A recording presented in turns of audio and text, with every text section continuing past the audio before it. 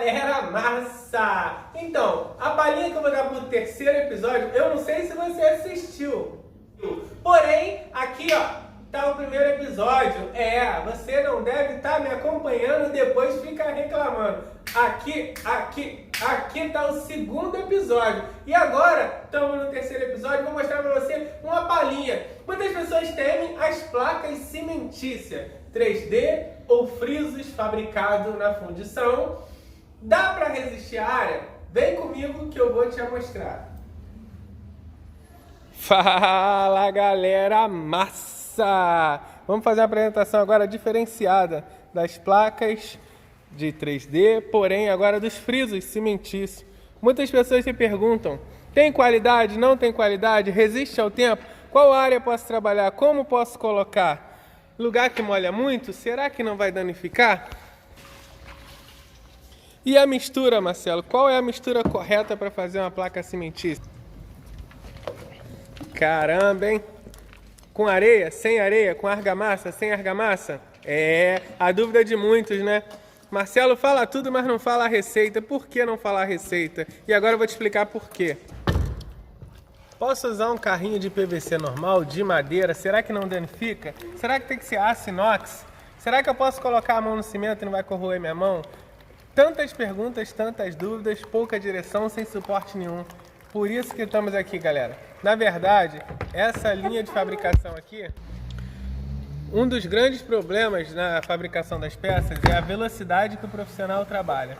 Se você não tem prática alguma, você faz apenas um pedaço. Você não vai fazer uma quantidade enorme, uma mesa de 5 metros, porque você vai acabar perdendo a mesa. Porque o processo de endurecimento da peça, galera, é muito rápido. Ainda mais quando se mistura ao cimento. Por que eu não posso colocar areia para fabricar uma peça cimentícia?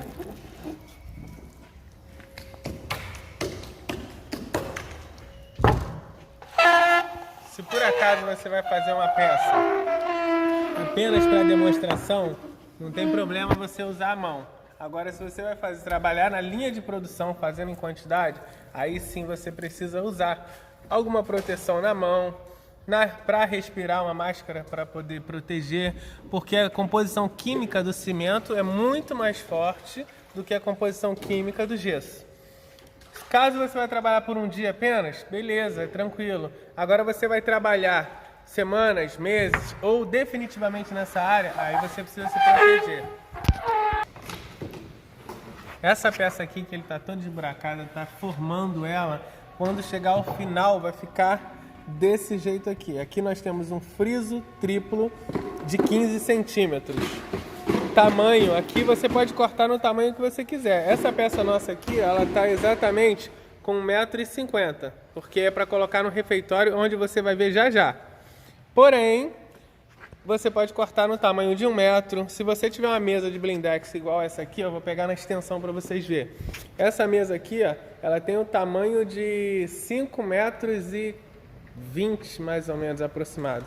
E aí a gente consegue tirar peças de 1 metro, 1,05 m. Faz a divisão, né?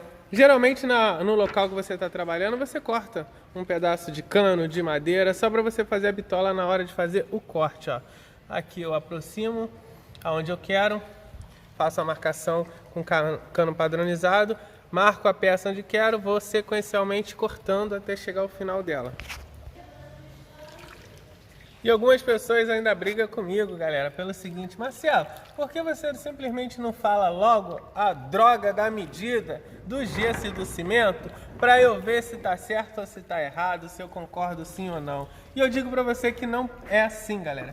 Receita não é nenhuma mágica, mas sim. Porque se você estiver num local, em Pernambuco, por exemplo, só um exemplo de estado local quente, se você fizer com a quantidade errada, a proporção de cimento errada, a sua peça vai trincar e vai rachar. Se você estiver num local onde é muito frio, tipo a área Santa Catarina, tipo região serrana, onde os ambientes é diferenciado, a quantidade de cimento tem que ser diferenciada.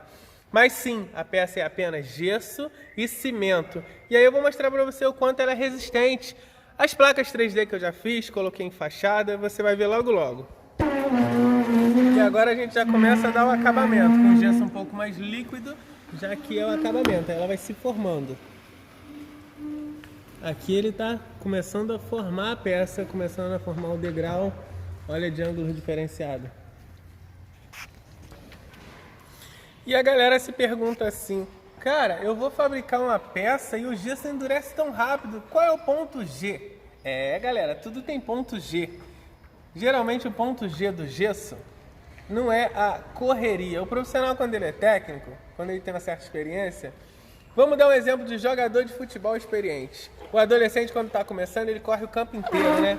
E o profissional, quando ele tem experiência, ele simplesmente toca mais a bola, tem mais estratégia, mais técnica. E é isso que eu quero transmitir para você. É isso que a gente transmite no estudo diferenciado. É isso que a gente transmite quando você anda com suporte. Fala, galera, massa! Galera, na verdade, ponto de partida é sempre cortar a inicial para você ter as peças esquadrejadas, e aí você vai cortar no tamanho que você quiser, caso você queira pegar a peça inteira com pouco acabamento. Porém, se a obra for longe, é ruim de transportar. Por isso que é sempre padronizado 1 metro, 1,20 m. Por isso que a gente já tem o cano aqui com 1,05 m. Mas no nosso caso, como é para colocar no nosso refeitório, a gente vai trabalhar com ela aqui 1,75 m. 1,75 m vai dar 3,70 m. Vou botar 1,80 m. 1,90 m, 3,80 m, 1,90 m. Vamos trabalhar com ela com 1,90 m. E aí a gente vai tirar essa peça inteira. Eu vou ter duas peças de 3,80 m para colocar no ambiente. E aí entra a técnica. Não adianta você simplesmente fabricar. Sabe por quê? Porque ela, até no vidro ela gruda. E aí a gente passa sempre um desmoldante. Aí tem variação qual tipo de desmoldante no local. Mas esse eu vou guardar para te responder no comentário que você fizer do vídeo. Beleza? Será que consegue tirar ela tão grandona? Então, galerinha, agora ele vai estar vibrando ela e vai estar soltando e levantando ela da mesa. Vamos lá? Não vou botar a mão não para não fazer besteira, né? Que o cara é mais técnico. E aí, beleza? Então você passa aqui uma peça comprida, só que é ruim para transportar, para trabalhar. Não é tão bom, não. Beleza? E aí a galera fica em dúvida. Marcelo, para eu colocar essas peças, posso colocar com gesso cola? Para eu cortar, posso serrar com serrote comum? E aí, galera? A gente serra com serrote comum sim. Por quê? Ela está recém-fabricada, então ela ainda está fresquinha. Se você usar a maquita, dá para cortar também. Porém, acaba jogando muita lama dentro da máquina e tal. Aí o serrote é uma coisa mais fácil, mais simples. Depois que você fizer a marcação, colocar aqui, ó. Foi um pequeno errozinho na hora do corte. E Marcelo, qual o desespero aqui? Nenhum. Posso arrematar com o que, Marcelo? Você pode arrematar? Vai ver agora, tem que continuar assistindo o vídeo. E aí, após ter colocado a peça, botado gesso cola nela, agora a gente leva ela para o local. Vamos esfregar ela para cima e para baixo, para um lado e para o outro. E aí, para que tem que esfregar, galera? Não é só encostar, tem que esfregar porque a cola espalha. Aí, beleza, ficamos tranquilos. Com o próprio gesso cola, você pode vir rejuntando a peça ali. Para algumas pessoas que sabem, outras não, o gesso cola ele também acaba sendo impermeabilizante. Ele tem a mistura de gesso na composição dele, mas ele tem uma matéria, um material nele, não estou lembrado do nome agora, que faz ele ficar mais resistente do que o gesso. O gesso ele absorve a água, o gesso cola não. Ele já acaba sendo um pouco mais resistente. E aí após a colocação a gente vai passar a fazer uma técnica aqui para impermeabilizar mais ainda a peça. E aí, galera, dando continuação aqui, a parte do acabamento. Algumas partes, quando a parede está meio defeituosa, essa parede aqui está defeituosa. E aí ela acabou quebrando e tal, deu uma emenda desse lado, uma emenda desse lado. Como resolver?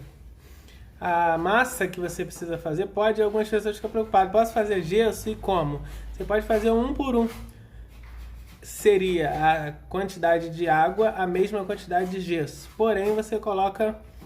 Sim, 30% de cimento e 70% de gesso para ele pigmentar.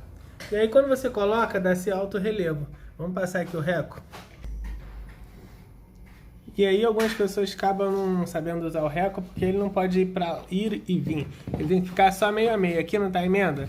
Então eu só vou trabalhar com ele fazendo o seguinte. Eu não posso ir, terminar e depois iniciar de novo. Não, ele tem que ficar só no meio aqui, ó.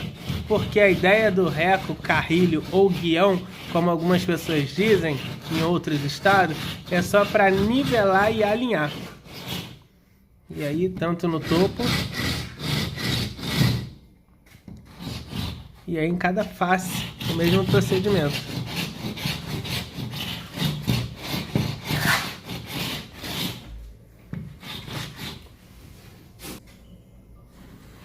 E aí quando você acaba de passar, ficou a marca ainda, correto?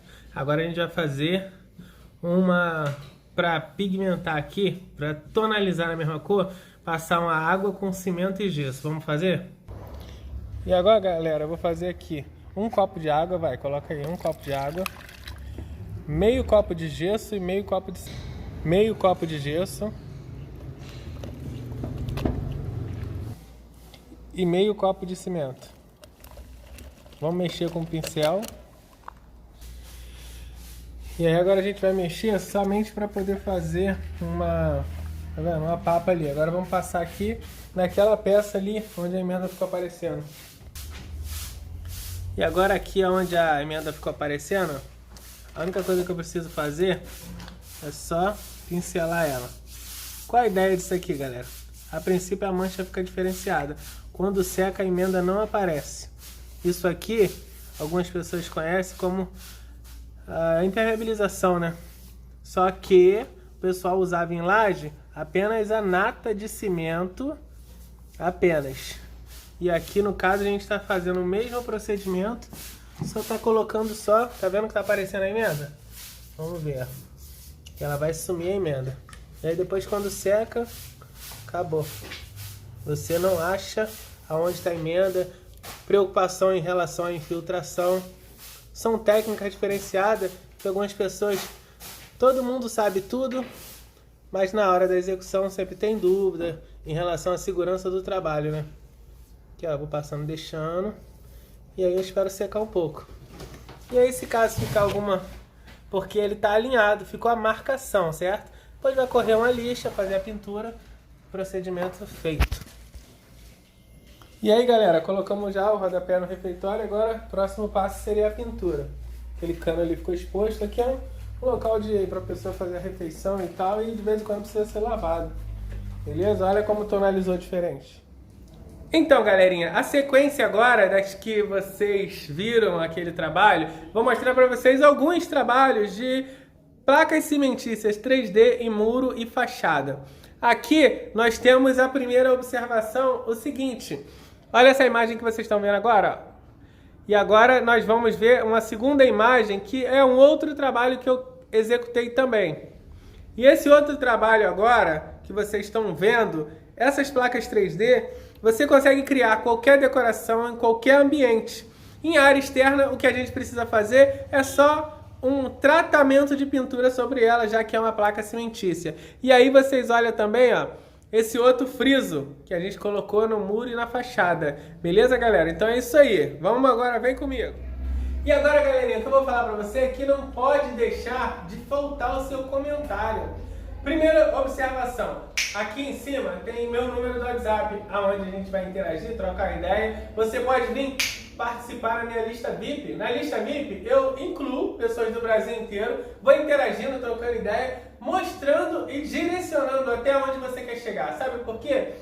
Todo mundo fala o mesmo contexto. As coisas estão difíceis. Acabei de passar por uma crise. E se eu falasse para você que não existe nenhuma mágica, mas existe uma técnica para você não correr mais atrás do cliente, o cliente vir até você? Então, nesse momento nós estávamos colando pecinha cimentícia. Mas a estratégia técnica é, quanto mais conhecimento você tem, mais você se destaca no mercado. Então vem comigo, mas deixa teu comentário. Não esquece aquele like. Forte abraço. Vamos pro 4º episódio.